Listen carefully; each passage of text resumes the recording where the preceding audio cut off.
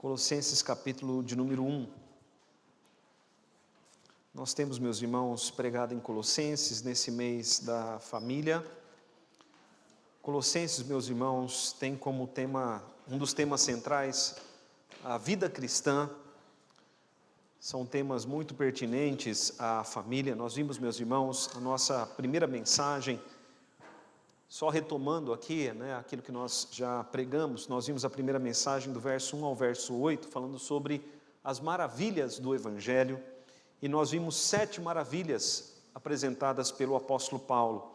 A maravilha de sermos santos, a maravilha de sermos irmãos em Cristo, a maravilha de sermos participantes da graça e da paz com Deus, a maravilha da fé que Deus dá àqueles que são seus, a maravilha do amor para com todos os santos, a maravilha da esperança que está preservada nos céus, e a maravilha do Evangelho e seus efeitos transformadores, porque o Evangelho ele transforma aqueles que o recebem e vai transformando tudo ao redor. Então o apóstolo Paulo nos apresenta isso do verso 1 até o verso de número 8 do capítulo de número 1. Depois do verso 9 até o verso de número 12, nós vimos a oração do apóstolo Paulo, junto com Timóteo, com Epáfras. Paulo intercedia pela igreja para que todos os crentes transbordassem do pleno conhecimento da vontade de Deus. E que esse conhecimento, meus irmãos, produzisse fruto de uma vida digna do Evangelho, frutificando, crescendo, fortalecendo e levando os crentes a uma vida de gratidão. Então, meus irmãos, que as famílias, nós vimos na primeira mensagem que as famílias provem das maravilhas do Evangelho, e na segunda mensagem que as famílias sejam núcleos de oração. Hoje nós vamos falar sobre o tema agradecendo. Colossenses capítulo 1, a partir do verso de número 12. Nós vamos falar sobre o tema agradecendo.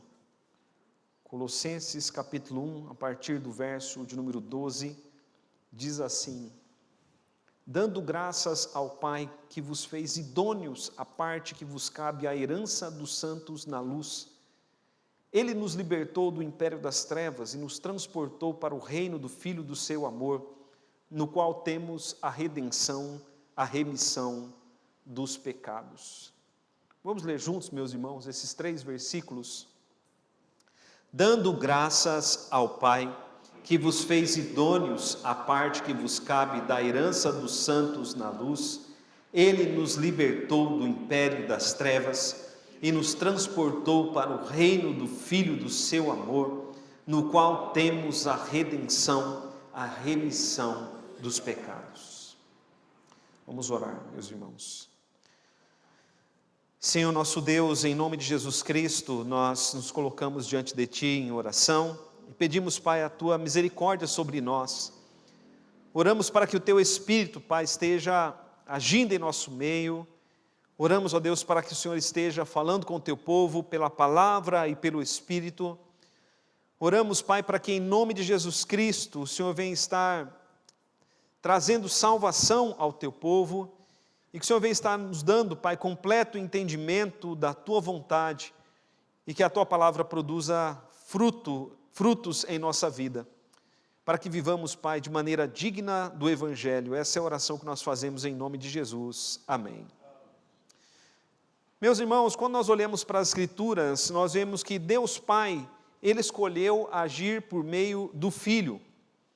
E Paulo, como nós vimos aqui na última mensagem, Paulo ele usa 4 gerúndios para mostrar os frutos que a palavra de Deus deve produzir em nossas vidas. Então o cristão deve estar sempre frutificando, crescendo, se fortalecendo e agradecendo.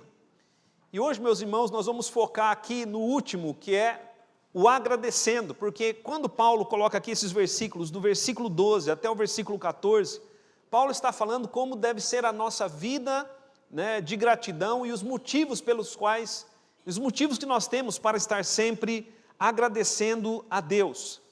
Nossa vida, meus irmãos, deve ser de constante gratidão a Deus.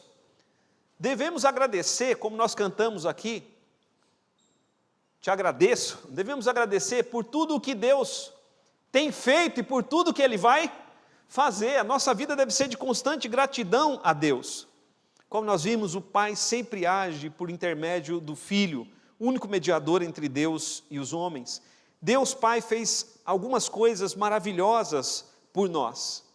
E quando nós entendemos, quando a nossa mente compreende aquilo que Deus fez por nós, aí então nós passamos a ter uma vida correta de gratidão a Deus. Amém, meus irmãos? Paulo sempre trabalha com a mente, né? Paulo sempre trabalha com a mente. Nós precisamos, meus irmãos, compreender aquilo que Deus fez por nós, porque sem essa compreensão não teremos essa vida de gratidão, não teremos essa vida de gratidão, porque muitos crentes não têm uma vida de gratidão, muitos crentes não têm uma vida de gratidão porque não compreenderam ainda a profundidade e a riqueza daquilo que Cristo fez por eles. Quero que os irmãos observem aí mesmo, Colossenses, capítulo de número 2, o versículo de número 7, o apóstolo Paulo diz assim: nele, em Cristo, radicados, edificados e confirmados na fé, tal como fostes instruídos, crescendo em ações de graças. Amém, meus irmãos? Leia comigo aí, crescendo em ações de graças. Crescendo em ações de graças. Então veja bem, conforme nós vamos nos fortalecendo em Cristo, conforme nós vamos sendo edificados em Cristo, confirmados em Cristo, instruídos, né? Tem a ver com entendimento. Quanto mais disso, meus irmãos, mais nós vamos crescendo em ações de graças. A palavra que Paulo coloca aqui como crescendo, aponta para a maturidade. É como deixar de ser criança e ir crescendo até se tornar um adulto. Quando nós nos tornamos adultos na fé, maduros na fé, a nossa vida se torna uma vida de ações de graças. Veja aí o capítulo de número 2 de Colossenses, o versículo de número 16, Colossenses capítulo de número 2, meus irmãos, o versículo de número, o capítulo de número 3, o versículo de número 15, capítulo 3, versículo 15, o apóstolo Paulo diz assim: seja a paz de Cristo árbitro em vosso coração, a qual também fostes chamados em um só corpo, e sede agradecidos. Então o apóstolo Paulo, nessa epístola, ele vai chamando o povo de Deus a uma vida de gratidão. E Paulo nos dá aqui alguns motivos pelos quais nós devemos estar sempre agradecendo. Interessante que quando Paulo diz ali no versículo de número 12, dando graças, né? No original, agradecendo, isso significa que no presente, no nosso presente, nós devemos estar sempre agradecendo. Ou seja, a nossa vida deve ser uma vida de constante gratidão a Deus. Por quê? A nossa vida deve ser uma constante gratidão a Deus. Paulo diz ali no versículo de número 2, porque Deus nos fez idôneos à parte que nos cabe da herança nos santos na luz. Você pode ler comigo o verso de número 12, esse é o primeiro motivo. Ele diz ali, porque Deus nos fez idôneos, vamos ler juntos. Vos fez idôneos, a parte que vos cabe da herança nos santos na luz. O que significa isso, meus irmãos? Temos um paralelo no Antigo Testamento, que é quando Deus tirou o seu povo do Egito. Quando Deus tirou o seu povo ali do Egito, da escravidão do Egito, Deus fez seu povo caminhar rumo à terra prometida. E lá na terra prometida, Deus tinha para cada um do seu povo um pedaço de terra. Para cada um do seu povo, Deus tinha lá uma herança, um pedaço de terra. E os israelitas, quando eles saíram do Egito, enquanto eles caminhavam pela terra, pelo deserto, Qual a esperança que havia no coração deles? De chegar na terra prometida e de tomar posse da sua porção, do seu pedaço de terra. E é isso que o apóstolo Paulo está falando aqui em Colossenses, capítulo 1, versículo de número 12. O apóstolo Paulo nos diz ali que Deus tem para cada um de nós uma herança. A palavra que aparece aí, meus irmãos, como herança, aponta para uma porção de terra. E essa porção de terra, meus irmãos, está preparada para nós na nova Jerusalém, na Canaã celestial, no novo céu e na nova terra. Jesus Cristo disse para os seus discípulos, quando eles estavam com o coração agitado, com o coração turbado, Jesus disse para os seus discípulos: não se turbe o vosso coração, creiam em Deus, creiam também em mim, na casa de meu Pai há muitas moradas. A palavra que aparece lá como moradas em João capítulo 14, versos 1 e 2, é mansões. Deus tem para o seu povo mansões preparadas. Há um pedaço de terra preparado para nós, meus irmãos. Há algo preparado para mim e para você, uma porção de Deus para mim e para você. Não uma porção que é como as porções desse mundo, que quando nós recebemos uma herança, a herança aqui é temporária. Vai ficar para outra pessoa. Mas a herança que nós temos reservada para nós é uma herança eterna. Uma herança eterna. E dessa herança, meus irmãos, Deus fala constantemente. Se os irmãos observarem o capítulo de número 3 aí, de Filipenses, o versículo de número 24, vai dizer assim: cientes de que recebereis do Senhor, Colossenses, perdão meus irmãos, Colossenses capítulo 3, verso 24, cientes de que recebereis do Senhor a recompensa da herança, recebereis do Senhor a recompensa da herança. O capítulo 1 de Colossenses também, o versículo de número 5 diz: por causa da esperança que vos está preservada nos céus. Ou seja, meus irmãos, Deus tem algo preparado, Deus tem algo preservado para nós nos céus, uma porção da herança. Agora, quando o apóstolo Paulo escreveu Colossenses, ele estava combatendo falsos mestres, que diziam que os crentes não eram aptos para receber a herança. Esses falsos mestres ensinavam que para merecermos a herança, ou para alcançarmos a herança, era necessário obedecer todos os mandamentos, era necessária a circuncisão, e eles ensinavam até mesmo que era necessário a adoração de anjos. E o apóstolo Paulo diz: nada disso é verdade. Tudo isso é engano de Satanás. Deus nos fez em Cristo idôneos para recebermos essa herança. Veja o versículo de número 12, Paulo diz assim: dando graças a Deus Pai, que vos fez idôneos, a parte da herança, a parte que vos cabe a herança dos santos na luz. Veja, meus irmãos, Paulo diz: Deus vos fez idôneos. A palavra que aparece aí como idôneo significa aptos, prontos, preparados, capacitados. Deus nos fez idôneos já para recebermos essa herança. É uma herança que é nossa, que não será retirada de nós, porque Deus já nos fez idôneos para recebermos essa herança. O mérito, meus irmãos, não é nosso, o mérito é de Cristo Jesus. E é por meio de Cristo que nós receberemos essa herança.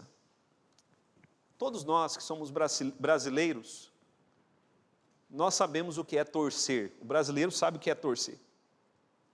Nós somos torcedores. Se eu perguntar aqui qual é seu time, dificilmente alguém vai dizer assim: eu não torço para ninguém. O brasileiro, via de regra, torce. E quando o seu time vence, quem é que venceu? Na verdade, quem venceu foram os jogadores.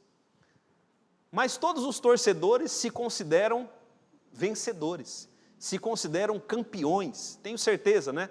se o Brasil vencer a Copa do Mundo, todos nós vamos dizer, somos campeões do mundo, mas quem venceu, na verdade, foram os jogadores que entraram em campo.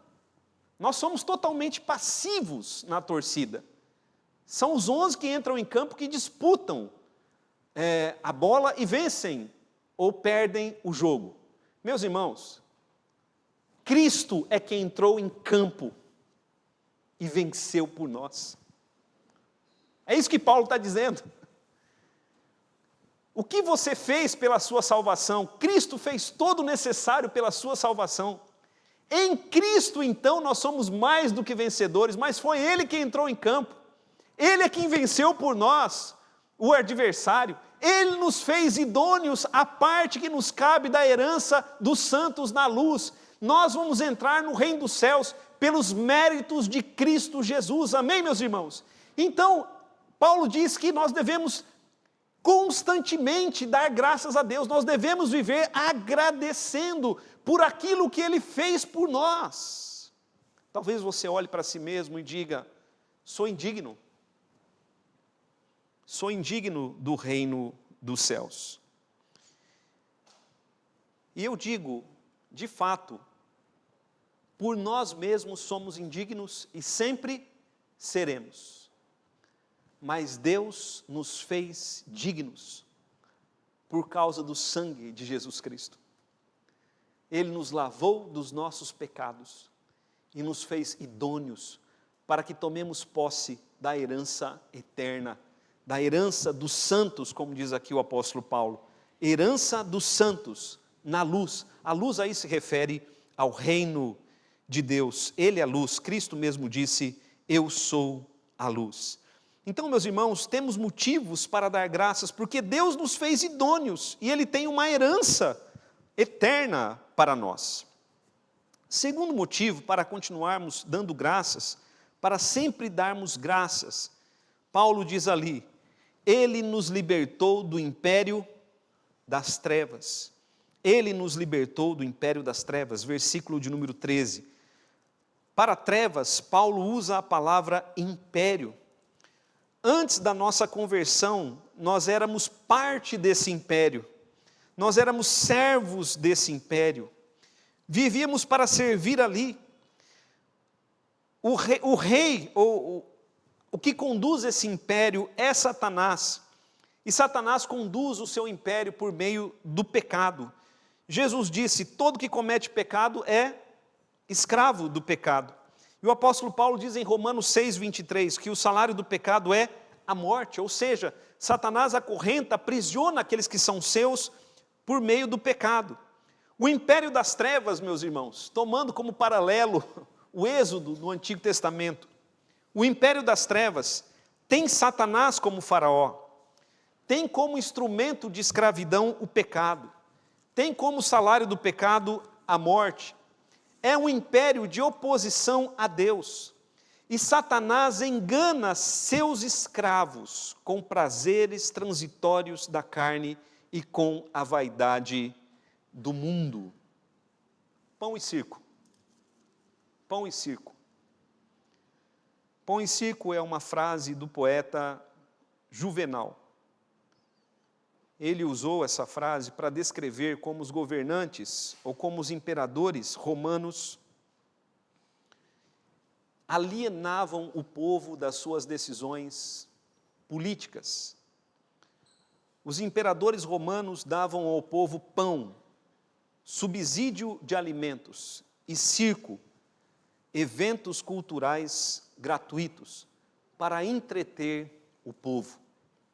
E assim, meus irmãos, Satanás dá pão e circo a muitas pessoas, para entretê-las nesse mundo.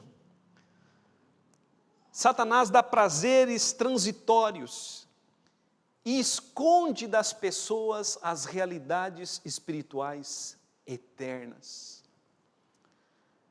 Um grande exemplo ou paralelo disso, meus irmãos, é o Antigo Egito, do qual nós estamos citando, onde o povo de Deus permaneceu na servidão por mais de 400 anos. Foi um tempo de sofrimento, sofrimentos e gemidos, mas Deus levantou Moisés para tirar o seu povo da escravidão. Deus concedeu a Moisés poderes miraculosos e por meio desses poderes, os grilhões da escravidão foram quebrados. Mais tarde na história, Deus enviou o grande Moisés. Ele enviou Jesus Cristo, seu Filho. Jesus foi enviado de forma semelhante a Moisés, para libertar seu povo da escravidão. Nós éramos, meus irmãos, servos do império das trevas, mas Deus Pai, por meio do Filho, nos libertou do império das trevas. Veja ali o versículo de número 13, ele diz: Ele nos libertou do império das trevas. Literalmente, o texto grego diz: Ele nos tirou fora do domínio das trevas. Amém, igreja? Ele nos tirou fora do domínio das trevas, assim como o povo de Deus foi libertado do Egito e tirado fora, assim Deus nos libertou e nos tirou fora do domínio das trevas. E essa libertação nos trouxe verdadeira liberdade. Meus irmãos, só quem entende liberdade dará a Deus contínua gratidão.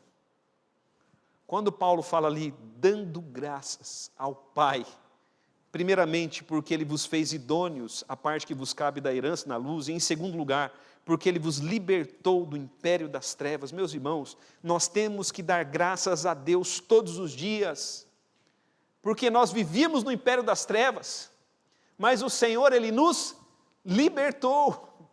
Quantas pessoas ainda continuam lá nesse império? Quantas pessoas ainda continuam escravizadas, acorrentadas por Satanás? Quantas e quantas pessoas, quantas famílias, mas Ele nos libertou. Essa alegria da libertação e da liberdade deve, meus irmãos, contagiar os nossos corações e nos levar a contínua e constante gratidão a Deus. Terceiro lugar, veja ali o que Ele fez por nós. Ele nos transportou para o reino do Filho do seu amor. Tomando como paralelo o Êxodo, quando Moisés tirou o povo do Egito, eles foram levados para a terra prometida. Isso, meus irmãos, é o paralelo do Novo Testamento, porque Jesus, quando Ele tira alguém do império das trevas, Ele leva para o seu reino. Ele leva para o seu reino. E deixar um reino, imagine isso, né? Deixar um reino e ir para outro reino.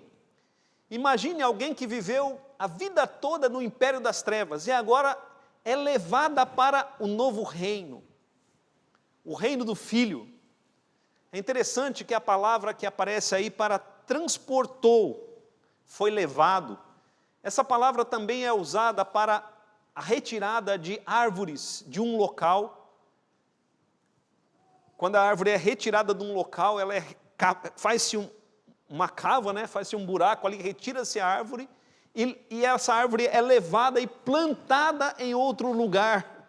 Foi isso que Deus fez conosco, meus irmãos. Mas isso tem implicações para a nossa vida, porque nós deixamos de servir a um rei e agora estamos servindo a um novo rei. Deixamos de servir a um imperador que nos oprimia, que era Satanás, e agora nós estamos servindo ao rei de amor que é Cristo Jesus. Isso também significa que nós deixamos um lugar, ainda que não seja um lugar físico, mas um lugar espiritual. Porque você se converteu provavelmente em rancharia e você continua vivendo em rancharia, mas espiritualmente nós vivíamos no lugar que era o lugar do império das trevas, e agora nós estamos num outro lugar que é o reino do Filho, do amor do Pai. Isso implica também numa mudança de cultura. Antes nós vivíamos na cultura do império das trevas, mas agora, meus irmãos, nós estamos debaixo da cultura do Filho.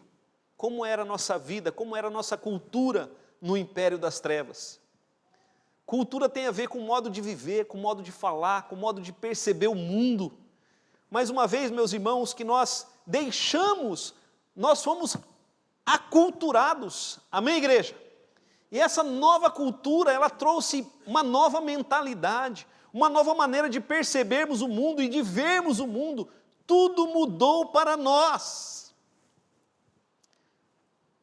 Deixar o império das trevas também significa que deixamos costumes das trevas e passamos a viver nos costumes da luz. Deixamos a língua e a linguagem das trevas e passamos agora a falar a língua e a linguagem da luz. Deixamos a lei das trevas e agora passamos a viver sob novas leis. Isso é algo tão forte, meus irmãos, que é como morrer e nascer de novo. Veja comigo ali, Colossenses capítulo 2, aqui mesmo em Colossenses capítulo 2. A partir do verso 20, o apóstolo Paulo diz: se morrestes com Cristo para os rudimentos do mundo, porque como se vivesseis no mundo, vos sujeitais à ordenança?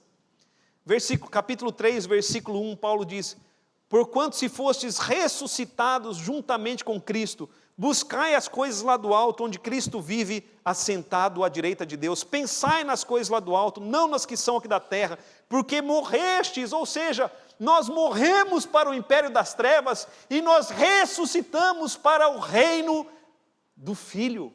Amém, meus irmãos? É uma nova vida. É uma nova vida, igreja. Quando alguém se muda para outra cidade, estado ou país, quando nós nos mudamos para outra cidade, mesmo que for uma cidade aqui perto, já percebemos uma diferença entre as pessoas que moram cá e que moram lá. Mas se você mudar de estado, como eu conheço alguns estados e sei bem a diferença do que é estar neste estado e estar, por exemplo, no estado de Goiás ou no estado de Cuiabá. A cultura é muito diferente. Imagine, meus irmãos, um outro país. Mas Deus está falando aqui, igreja, de algo muito mais profundo, uma mudança tão profunda como trevas e luz. Nós fazíamos parte do império das trevas, agora estamos no reino da luz. Há gratidão no seu coração? Essa nova vida nesse novo reino te leva a agradecer todos os dias? É por isso que Paulo fala, agradecendo. A ideia aí é um gerúndio, de um presente contínuo, sempre agradecendo, porque o Pai nos fez idôneos, a herança que Ele tem para nós, que cabe a nós. Ele nos libertou do império das trevas, Ele nos transportou para o reino do Filho. Em quarto lugar, ele diz aí que no Filho, ou o Pai por meio do Filho, nos deu completa redenção. Versículo de número 14, no qual temos a redenção. A palavra redenção, meus irmãos, significa libertação da escravidão. Cristo nos deu redenção. Não simplesmente Ele foi lá e nos tirou da escravidão, mas Efésios capítulo 1, verso de número 7, diz que Ele pagou pelo preço da nossa redenção. Nós éramos escravos e Ele veio e pagou pelo preço da nossa libertação. Nós temos uma clareza disso quando olhamos para a história. O nosso país viveu tempos de escravatura, mas a princesa Isabel, filha de Dom Pedro II, trouxe a carta de alforria quando determinou a Lei Áurea. Isso foi a 13 de maio de 1888. Semana passada, completou-se 138 anos, meus irmãos. 138 anos da Lei Áurea, aonde 700 mil escravos receberam o direito à liberdade.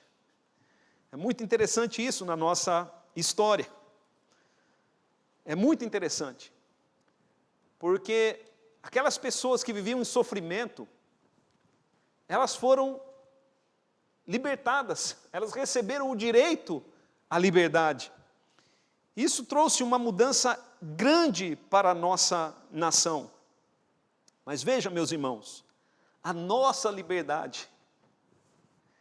Porque talvez você diga, eu nunca fui escravo, mas a nossa liberdade. Quem assinou a nossa lei áurea foi Jesus Cristo, o nosso Senhor. A nossa liberdade foi liberdade de Satanás, nós não temos mais que servi-lo.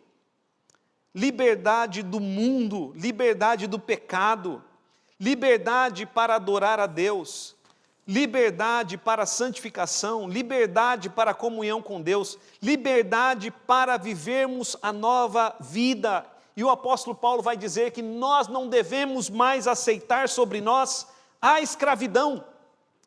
1 Coríntios capítulo 7, ele diz, por preço fostes comprados, não vos torneis escravos. Não vos torneis escravos de homens, Paulo diz lá. Meus irmãos, ele nos trouxe a liberdade. Algumas pessoas não entendem bem isso, mas a Bíblia é bem clara. Quem está no reino das trevas não tem liberdade, embora ache que tenha. Porque Satanás, ele ilude os seus escravos, fazendo-os pensar que tem liberdade quando não tem, eles são escravos. Verdadeira liberdade somente em Cristo Jesus. E essa liberdade, essa redenção, deve nos levar à gratidão. E por fim, Paulo cita, nós devemos ser gratos porque Ele nos deu remissão dos nossos pecados. Final do versículo 14, nós temos a remissão dos nossos pecados. A nossa dívida era com o Pai, com Deus Pai. E a nossa dívida foi plenamente paga pelo próprio Pai, por meio do Filho, na cruz. Ele nos deu completa remissão, completo perdão dos nossos pecados. Isso, meus irmãos, a tal ponto que nós somos perdoados dos nossos pecados, do passado, do presente e do futuro. Fomos completamente perdoados, e porque fomos perdoados, agora estamos aptos a participar do reino. Capítulo 2, versos 13 a 15. Veja o que o apóstolo Paulo diz ali. Capítulo 2, versículo 13, ele diz, e a vós outros que estáveis mortos pelas vossas transgressões. A morte aqui é a separação de Deus, né? Vocês estavam separados, completamente separados de Deus pelas vossas transgressões e pela incircuncisão da vossa carne. Mas Cristo vos deu vida juntamente com Ele, perdoando todos os nossos delitos, né? Delitos aí são todas as nossas transgressões da lei. Ele perdoou todos os nossos delitos e cancelou o escrito de dívida que era contra nós e que constava de ordenança, o qual nos era prejudicial, e removeu-o inteiramente, encravando-o na cruz. Imagine, meus irmãos, que havia uma dívida. Jesus foi lá, pagou a dívida, pegou o escrito de dívida, né? Tudo que nós pecamos, todos os nossos pecados, toda a nossa dívida, Ele pegou, foi lá na cruz, e Ele pregou lá na cruz, ou seja, publicamente, Ele declarou que nós estamos perdoados de todos os nossos pecados. E Satanás, que era o cobrador, versículo 15 diz, ele foi despojado, despojando os principados e as potestades, publicamente os expôs ao desprezo, triunfando deles na cruz. Meus irmãos, nele, em Cristo, nós temos a completa remissão dos nossos pecados. Os falsos mestres que estavam atacando Colossos, eles diziam que Cristo não pagou por todos os nossos pecados, mas que nós precisávamos ainda fazer algo para merecer o perdão. Paulo diz, não, Ele pagou por todos os nossos pecados. Nenhum justo fará parte do novo reino. Todos que farão parte do novo reino serão justificados. É diferente de ser justo e ser justificado. Uma pessoa justificada é um pecador que foi declarado justo. É um pecador que foi declarado justo. É como alguém que tem uma dívida e que não pode pagar. E por isso é conhecido na praça como uma pessoa injusta. Imagine isso, alguém que tem uma dívida e não pode pagar, e todos conhecem essa pessoa e dizem, lá vai um injusto. Mas Deus enviou seu Filho, e Ele pagou todas as nossas dívidas na praça. Por isso, agora, nós somos reconhecidos como justos. Na praça do reino de Deus, éramos injustos, tínhamos o nome sujo, a vida suja, mas Jesus pagou por toda a nossa dívida, estamos limpos, sem termos feito nada. Nós não pagamos a nossa dívida, Ele a pagou toda, e por isso Ele nos fez idôneos. O que você faria se tivesse uma grande dívida? Uma dívida que você sabe que não poderia pagar, mesmo que trabalhasse arduamente a vida toda. Mas alguém de fora vem e paga essa dívida por você. Sem te cobrar nada, simplesmente vem e paga toda a sua dívida. Qual seria o seu sentimento para com essa pessoa? Imagine que se você fosse preso e viesse alguém de fora e pagasse completamente a sua fiança para que você fosse livre, sem te cobrar nada por isso. Imagine que se você fosse um escravo, num país onde há escravatura, e alguém viesse e comprasse a sua liberdade e te desse a liberdade. O que você faria? Foi isso, meus irmãos, tudo isso que Jesus fez por nós. Ele pagou a nossa dívida, Ele pagou para a nossa liberdade, Ele pagou pela nossa libertação. O mínimo que devemos fazer é viver agradecendo. Amém, igreja? Paulo nos leva a colocar o nosso coração em gratidão por tudo que o Pai fez por nós, por intermédio do Filho, agradecendo. Para concluir, quem conhece aqui a história do Êxodo, sabe do que eu vou falar agora. Quem não conhece a história do Êxodo, leia lá o livro do Êxodo, na Bíblia. Os pecados do povo de Deus cometidos no deserto, depois da libertação, os grandes pecados, todos estavam ligados à ingratidão, à murmuração, à falta de contentamento e à falta de entendimento. A falta de entendimento do que Deus havia feito por eles lá no Êxodo, libertando-os. A falta de entendimento do que Deus tinha preparado ali na frente para eles, na terra prometida. Em meio ao sofrimento diário, a falta desse entendimento os levava a pecar com ingratidão, com murmuração.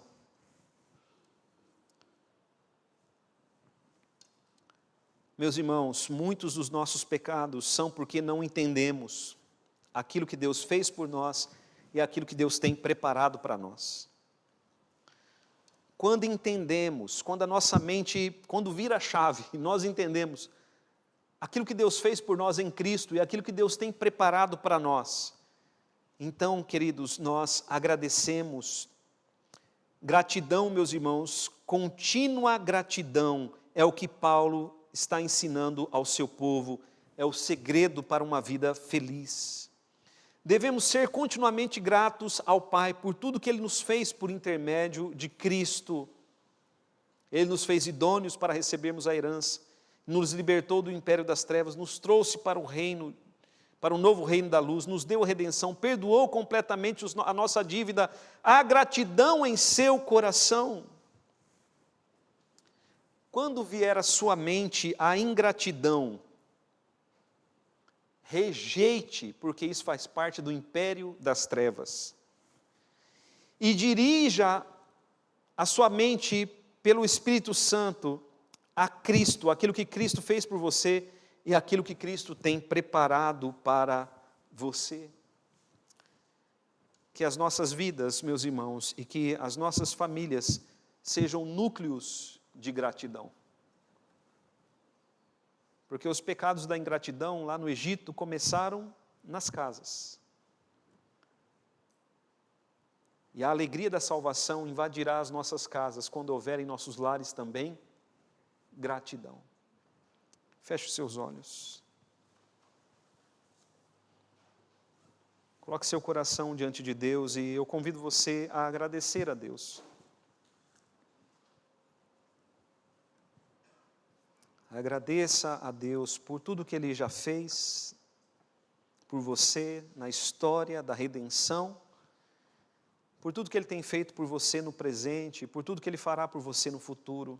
Agradeça a Deus. E rejeite toda forma de ingratidão, quer pensamento, quer ações, rejeite, porque isso faz parte do império das trevas.